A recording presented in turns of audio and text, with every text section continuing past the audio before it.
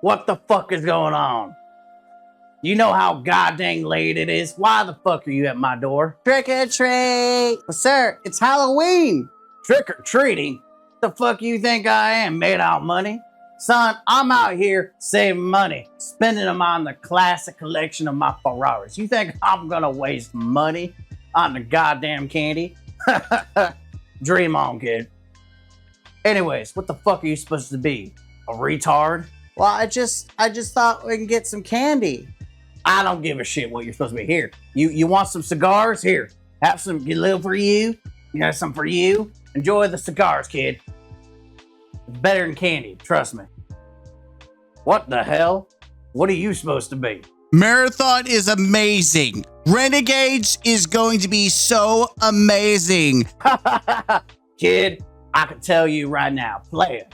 I can tell you right now, you're gonna go places. That's right. You might just have what it takes to take part in the journey that is Bungie. That's right. Come on in. Come on down. We'll get you some candy. I don't have any. Here, you know what? Let me hook you up, brother. Now here, take a couple bucks. Go out there. Tell your friends how good Destiny is. Tell them how good Renegades is. Tell them how great Marathon is. Here you go. Daddy's gonna make it rain. That's right. Good boy. That's a good boy. Now get the fuck out of my lawn, bitch. I am Steve. That's right, ladies and gentlemen. Welcome, trick or treat. Smell thy feet. It is time to jump into it. It is that time of the year where we check out Festival of the Lost, formerly known as Festival of the Cost.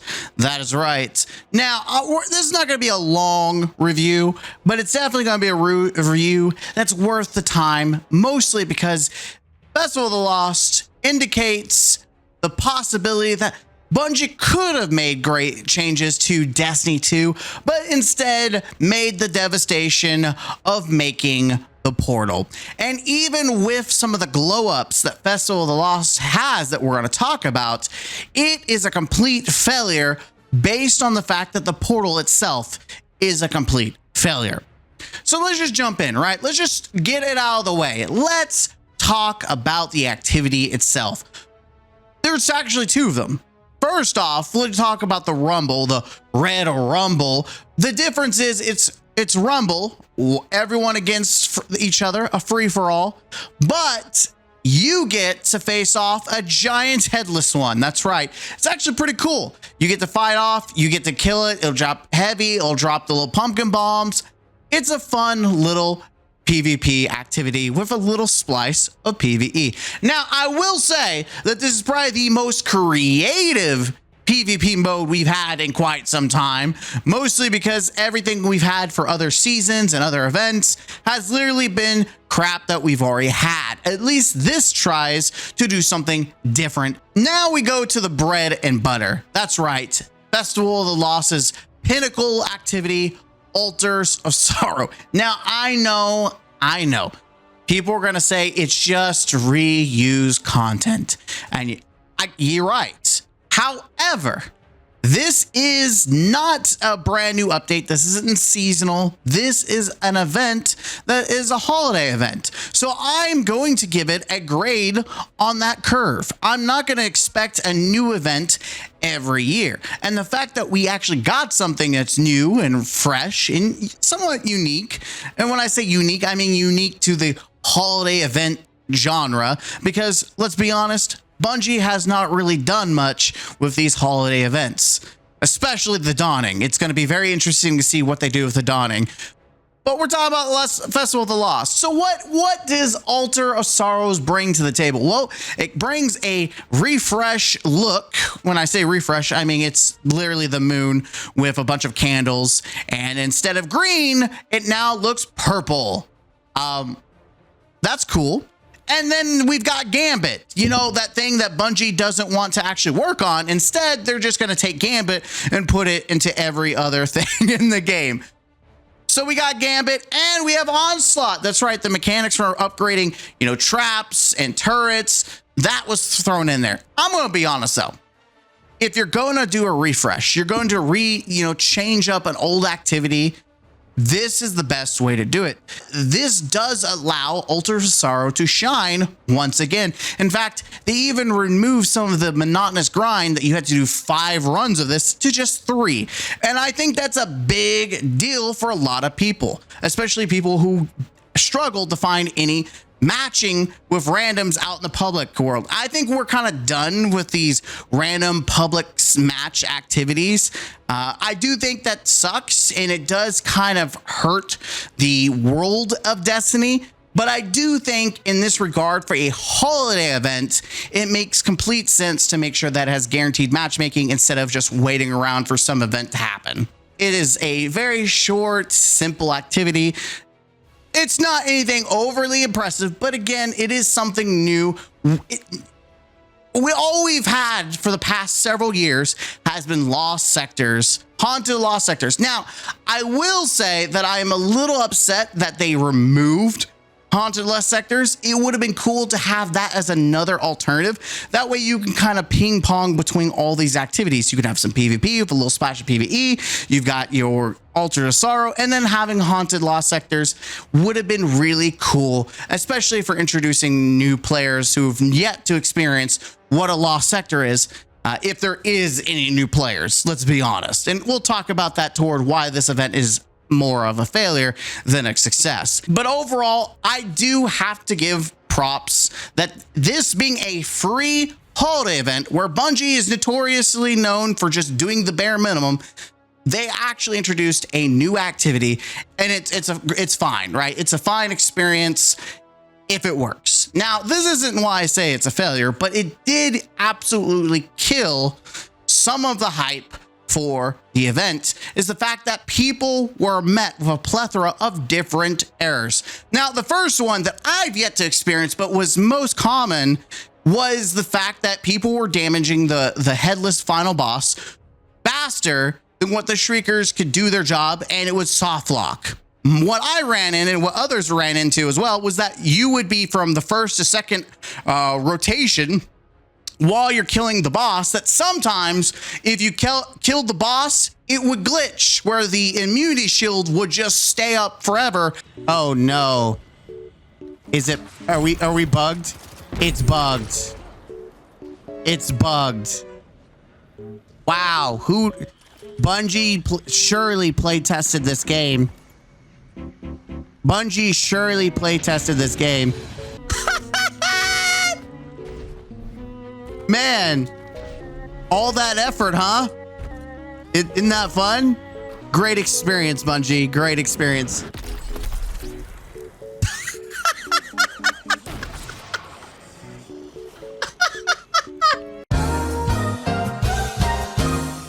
And apparently there was another way. There was a third way to get locked, and it's just like, how? I think, what it was is that if you could kill the Shriekers themselves using the stun emote before they could pop the shield on the boss. So that was the third way. Yes, this event was so buggy. I don't know who play tested this, and maybe hopefully in the future we just don't do immunity anymore. Like I said, for a lot of people, this did kill the hype, and it continued to remind people of the fact that Destiny itself is not in a good place. Destiny has not been fixed. No, Bungie has said nothing about fixing the hot mess that is Destiny 2. It is buggy, it crashes, there's these constant bugs every week, and this left a sour taste in many people's mouths. And so much so that if you look at the player population, very few people played this event. At launch they played it, but the player population has dipped since this holiday event, and it is not bringing people back, unfortunately. And yes, for sure, Bungie did a nice thing by extending it a week until you realize that holiday events have always been 3 weeks. And for some reason, Bungie has removed a week of these events. I don't know why. I don't know. It's not like, and here's the thing. It is not like Bungie has a lot going on. In fact, the most that usually happens is they have a stupid modifier for the week. Like this is supposed to substitute for real content. Guys, you get bonus damage on your specials during this week. Isn't that exciting? exciting? No one gives a shit. Give us another week of the fucking event that you were fucking playing. Like Solstice having 3 weeks would have been great. Festival of the Lost being 3 is great. Why? Because we're going to talk about it right fucking now. It is a shame because not only did they put some effort into this event that was was fine. And you could also play the portal if you wanted to grind out some of the seasonal stuff. This is, it without a doubt, the most rewarding event that we've ever had, even more rewarding than Solstice. That's right, Solstice, which people praised. Now, you could argue that they praised it because the portal is so damn bad, and it was so awful, and it still is, but for a lot of people, Solstice was the pinnacle of loot, right? We got unique and interesting loot, and it rained. For people who never had a tier 5, who are just tier 3 or 4, you got tier 5s, and it felt so good. Well, not only does Festival of the Lost do the same thing, it takes it a next step forward.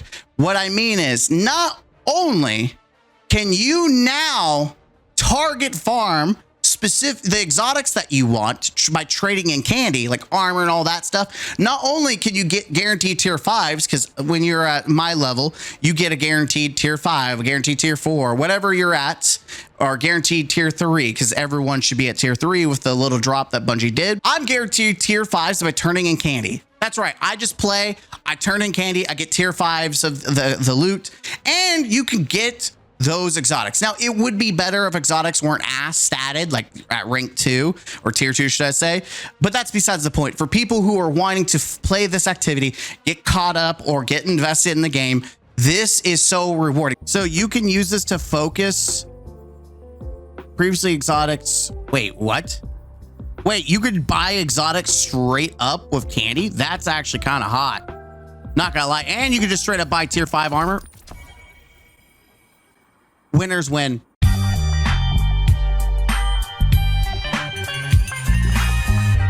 Not only that, but they brought back what they did last year, which is allow you to get class specific exotics. That's right. If you want to get those and you have Edge of Fate, or not Edge of Fate, sorry, the Final Shape, but you don't want to do Dual Destiny, or you struggle to find people who know what the hell they're doing, you can skip that grind completely by turning in candy. Not only that, but if you have done duality, something that's new and fresh that hasn't happened is that Bungie is rewarding the people that have done dual destiny by giving you double the drops. That's right. You will get double the drops. And it's even better than last year, because last year we didn't have focusing.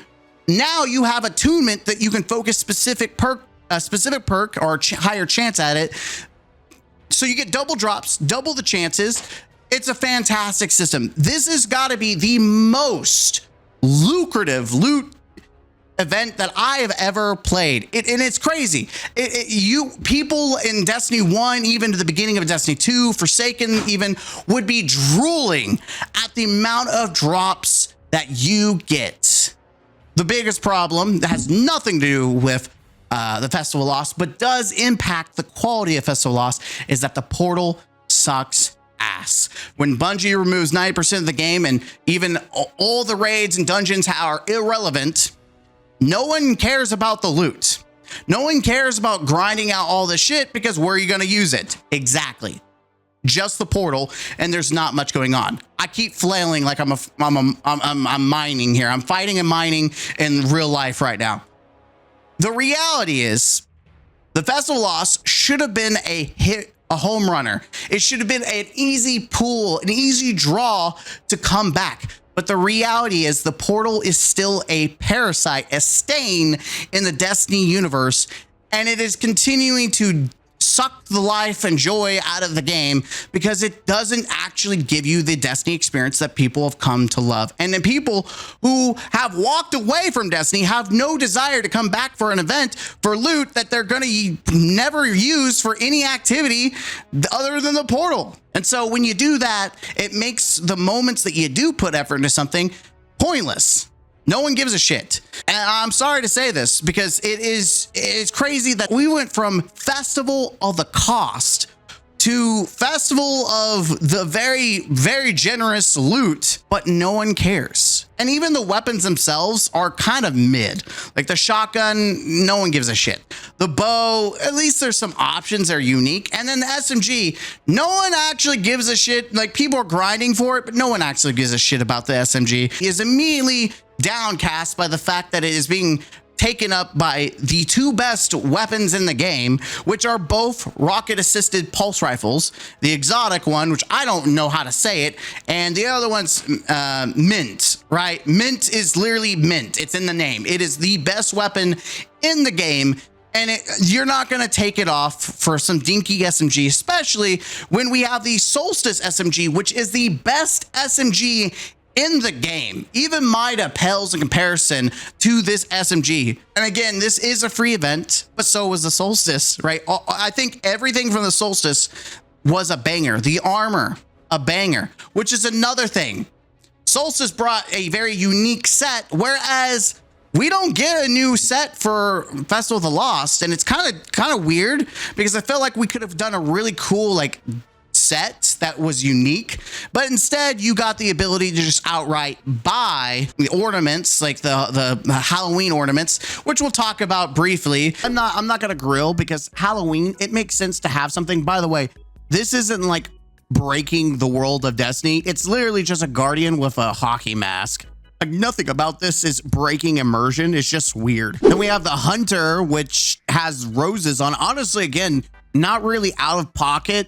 Nothing about this screams immersion breaking. It is a little weird, but I mean, nothing's like, oh man, it's not like Dora the Explorer. All right, this is definitely gotta be the best one.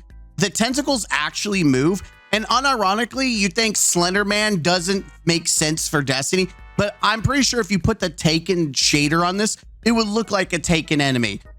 Now, why would the Taken be wearing a suit and tie? I don't know. Maybe the Taken came back for a third time. This time he's British. He's looking dapper as fuck. I don't know. You know, the Taken, they're flop. I mentioned it before. They're all right. You know, it's a holiday event. Sure, they don't, you know, all immediately connect with the immersion of Destiny 2, but they also don't really break it nearly as much. Like the pass is generous. In fact, they even took a change at the pass by making the option to buy stuff with the tokens cheaper. That's right, buying weapons is even cheaper than they were previously, because that was one of my biggest gripes, is like, why is all this shit more expensive for no reason? Festival of the Lost kind of doesn't do anything more outside of adding some, modifiers like Solstice. And again, that's cool.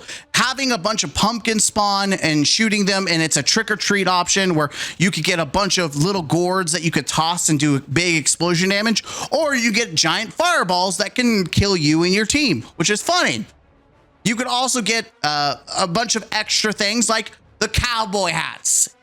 Enemies can get cowboy hats. You can wear cowboy hats, and you can get the 10-gallon cowboy hat. In fact, for this review, I was actually tempted to buy a big ass cowboy hat, but then I was like, when am I ever going to wear this? At least for this, I got the meme of being Jack Black, right? But it is funny that Bungie did take some creative options to make the event goofy and silly, and embracing it by putting some effort, which is the most we've seen from these events, especially since Edge of Fate came out and the portal was introduced. This is the most effort that I think I've seen them actually try to do something. Overall, I would say that this should be a success. People should be excited, especially if this was prior to Edge of Fate. If this had come out a year ago, people would have praised Bungie for at least doing something other than the Lost Sectors, and it would have been really cool to have it on the moon itself that people could go and jump in and participate. Obviously, matchmaking's great, but just being able to feel like the world itself is changing would have been better. But I think if you're not enjoying Destiny overall, you're not going to enjoy this event. It wasn't all bad, outside of the fact that the main activity isn't working correctly, off and on. But out of that, I do want to say that it is the most rewarding event we've ever had, and it is a shame that it feels pointless. Anyways, I'm Mr. Gaming Counselor. hit that like button, comment down below, and subscribe to the channel for more. And as always, don't forget to mine out. Lava, lava, lava, chicka, chicka, chicken. Chicken jockey. Yeah, I'm out.